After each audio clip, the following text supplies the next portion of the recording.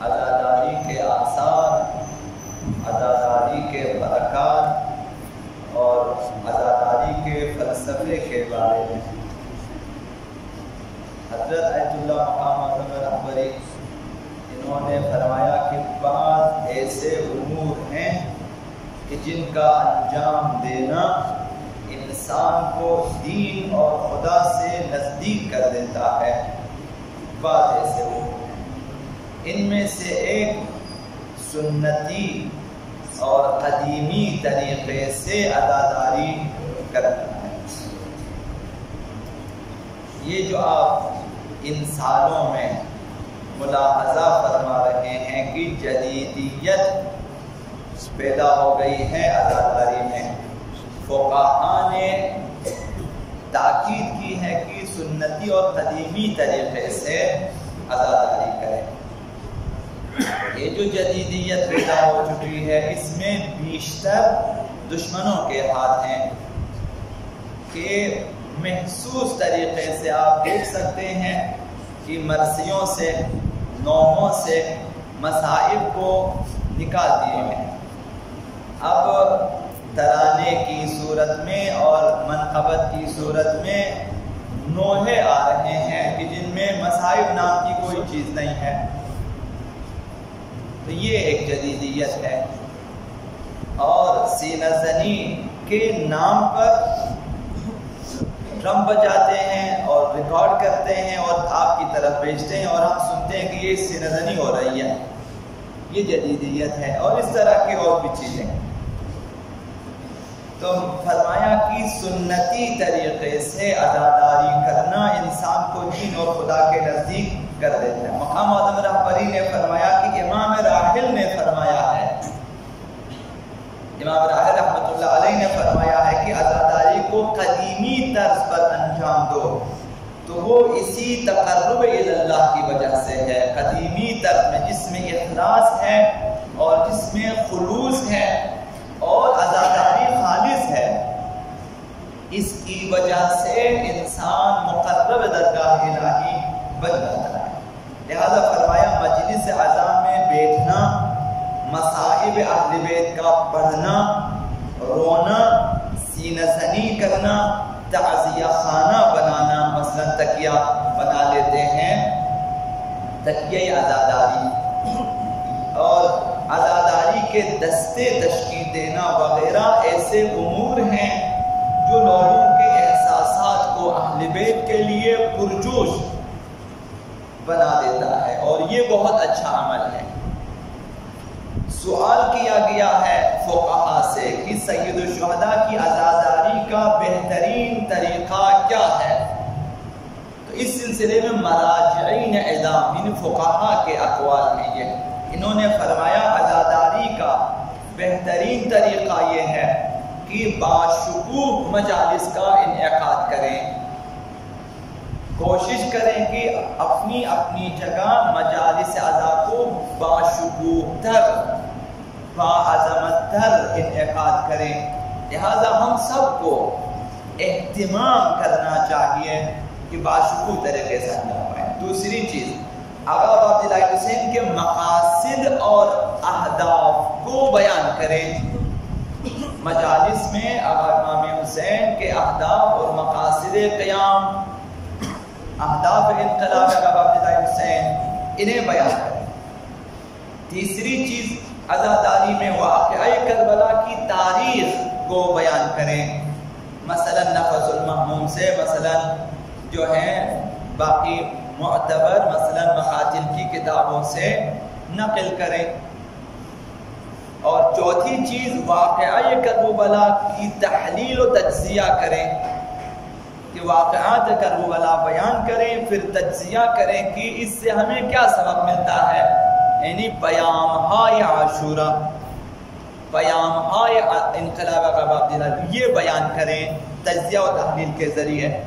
پانچویں چیز، ایسے اشعار پڑھیں جو لوگوں کو بیدار کرنے والے ہوں، بیدار کنندہ اشعار، نہ کہ ایسے اشعار کی ترانوں کی صورت میں ہیں حیف ہے ہمارے لیے مثلا قومی ترانے کو خراب کرتے ہیں، اس کو نوحہ بنا لیتے ہیں. اب اس میں کون سی کرامت آپ نے دکھا دی ہے؟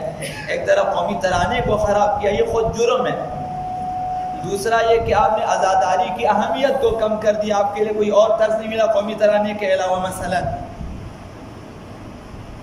یہ چیزیں، ان چیزوں میں نہ اہداف آقا عبداللہ حسین بیان ہوتے ہیں نہ، تو بیدار کنندہ اشعار بیان کریں اور جذاب نعرے شعار والے پلے کارڈز وغیرہ بنا دیں کہ لوگوں میں تقسیم کریں. مثلا آقا عبداللہ حسین کا اقوال لکھیں، حیات منت اللہ مثلا، ان کان دین محمد لم یستقم الا بقتل. ایسے نعرے، ایسے شعار لکھیں کہ لوگوں کے لیے جاذبیت رکھتے ہوں، لوگوں کو درس ملے اور سبق ملے. ساتویں چیز ہے کہ دقیق اور پرمحتوا اور روشنی بخش پوسٹرز اور کتابچے تقسیم کریں. مثلا عزاداری کے فوائد، عزاداری کے طریقے، عزاداری کے ثواب، اسی طرح زیارت آقا عبداللہ حسین کے بارے میں، اہداف وغیرہ کے بارے میں مثلا پوسٹرز وغیرہ اور یا پھر کتابچے وغیرہ تقسیم کریں. فرمایا کہ یہ چیزیں سید الشہداء کی عزاداری کے اہداف وغیرہ ہیں، یہ بیان کرنا چاہیے. یہ حضرت آیت اللہ مکارم شیرازی کے بیانات میں اور حضرت آیت اللہ فاضل انکرانی کے بیانات میں آئے ہیں یہ باتیں. اب آخر میں 2-3 باتیں عزاداری کے حوالے سے عرض کروں گا کہ اس کی اہمیت کس قدر ہے. حضرت علامہ طباطبائی رحمہ اللہ، انہوں نے فرمایا کوئی بھی شخص معنویت کے کسی مرحلے تک نہیں پہنچا مگر حرم مطہر آقا امام حسین علیہ السلام میں یا پھر ان سے توسل کے ذریعے پہنچا ہے. یعنی خدا تک جانے کی راہ میں آقا عبداللہ حسین مؤثر ہے، یا حرم آقا امام حسین میں کی زیارت وغیرہ کے ذریعے یا ان سے متوسل ہو کر ہی انسان معنویت حاصل کر سکتا ہے. تو فرمایا یہ امام بارگاہوں کی دیواروں پر لگے سیاہ کتیبے، یہ جو آپ نعرے لکھیں گے آقا عبداللہ حسین کے بارے میں، یہ کتیبے ہماری شفاعت کریں گے قیامت کے دن. پھر اہل بیت کا کیا مقام ہے؟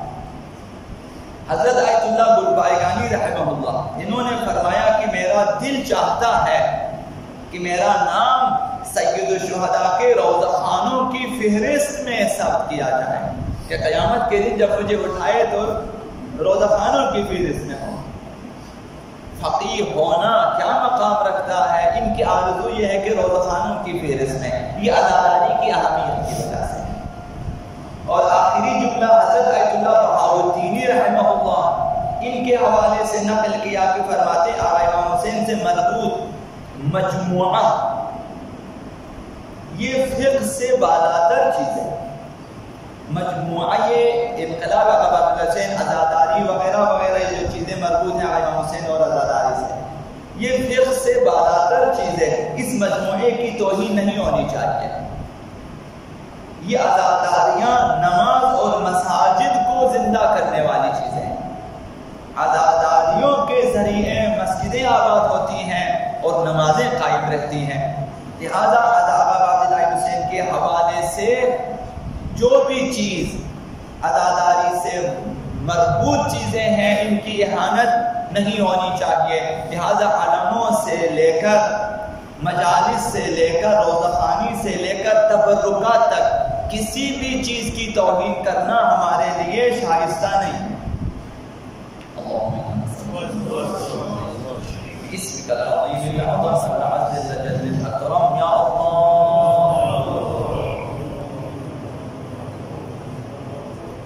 یا اللہ یا رحمان یا رحیم یا مقلب القلوب ثبت قلوبنا على دينك. اللهم اهدنا من عندك واغفر علينا من فضلك وانشر علينا من رحمتك وانزل علينا من بركاتك.